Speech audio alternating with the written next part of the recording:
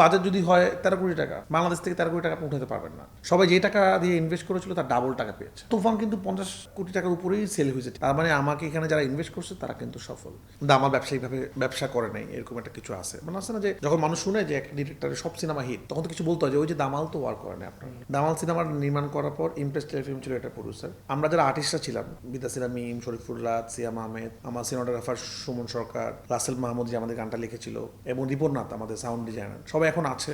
আপনার সবার সাথে কথা বলতে পারছি। আমরা সিনেমাটার হল লাইটটা চ্যানেল থেকে কিনে নিয়েছিলাম। আপনি খেয়াল করে আমরা নিজেরাই মার্কেটিং করছিলাম, অনেক বড় মার্কেটিং করছিলাম, ফুটবল খেলা থেকে শুরু সব।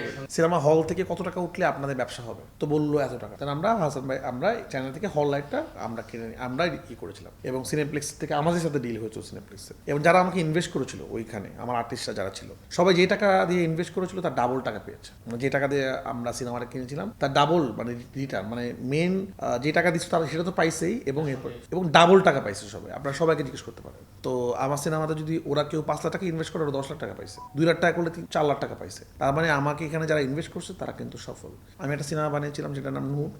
সেটা অনেক আগে একটা সিনেমা ছিল, যেটা আমি সিনেমা হলে মুক্তি দিইনি। সেটা আমি পরবর্তীতে আমার প্রডিউসাররা ওটিটিতে মুক্তি দিয়েছে। সিনেমা বানাতে আমাদের খরচ হয়েছিল 50 লাখ টাকা। এর ডাবল দামে সেল করেছে বায়োস্কোপে। তো আপনি বলে লাভ, মানে আমি এই জিনিসটা ইনশিওর করে। সেটা আসে না কেন? সবাই বলে লস লস লস। কারা বলে? এটা অনেকেই বলে যে লস হয়ে গেছে। আমার প্রডিউসার তো মানে বলে না। প্রডিউসার যেমন আলফাই থেকে শুরু করে বা চরকি, সেটা যায় না, যারা যারা আছে, আমি স্পেসিফিক বলতে হতে পারে তাদের লস হতে পারে, কিন্তু আমি তো অঙ্ক দেখি, অঙ্ক তো লাভে থাকে। শাহজাহান সাজা শুনিটা আমি জানি না। আমি কিন্তু আমার সিনেমার কথা বলছি, আমি দামালটা বলছি, কারণ দামালটা আমি নিজে ডিস্ট্রিবিউশন করেছি, আমি জানি কত টাকা উঠে। না না, যে লস বলতে তার লস অবশ্যই আছে, তারটা সে জানে। দেখেন আমি সুমিয়াপুরটা আমি বলতে পারবো না। সুমিয়াপুর বাজেট যদি হয় 13 কোটি টাকা, বাংলাদেশ থেকে 13 কোটি টাকা আপনি উঠাতে পারবেন না। আমি দামালটা আমি জানি কত টাকা উঠেছে। দামাল আমার হল লাইট আমি কিনেছিলাম যে টাকা দিয়ে, আমি এর থেকে বেশি টাকা উঠিয়েছি। আমি নূর 50 লাখ টাকা দিয়ে বানাইছি, আমার নামে এর থেকে বেশি টাকা সেল হয়ে গেছে। তো এটা অনেক বড় কিছু না। হলে রিলিজই করিনি আমরা, কারণ এই সিনেমা আসলে আমি যেভাবে শুট করতেছিলাম সেরকমভাবে শুট হয়নি। অনেকরকম হয়েছিল ওই সময় সমস্যা, সাপটা মিডিয়া পরবর্তীতে বন্ধ হয়ে গেল। তারপরেও আমার প্রডিউসার, আমি যেটা বলার চেষ্টা করেছি, আমাকে যারা ইনভেস্ট করেছে কেউ কখনো ঠকে নাই। এটাই আজকে সুরঙ্গ যদি হিট না হতো, আলফাই তো